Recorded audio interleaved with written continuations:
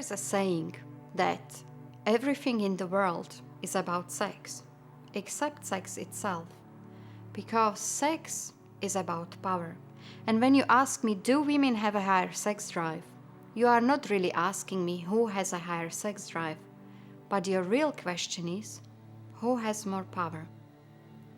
And I think that is a very dangerous question. But I'll try to answer it with 3 theories linked to female power and sexuality. The first may be the most interesting one. Have you ever heard of a man called Edward Bernays? You mean the psychologist? Well, not a psychologist himself, although he did become quite famous for using reverse psychology on women. You see, in the 1920s, an American tobacco company hired Bernays to encourage women to start smoking.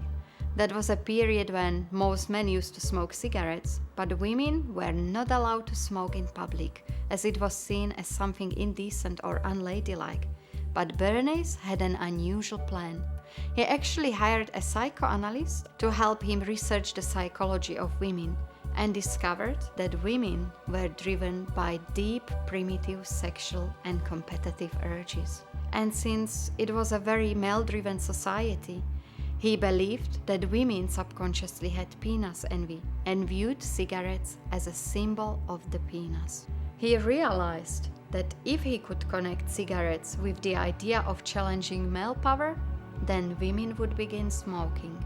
Because then women would feel like they had their own penises, and therefore male power. But in order to achieve his goal, Edward Bernays did a very unusual thing. He secretly started working with feminists, linking smoking to the equality movement, convincing women that smoking is the same as having equal rights.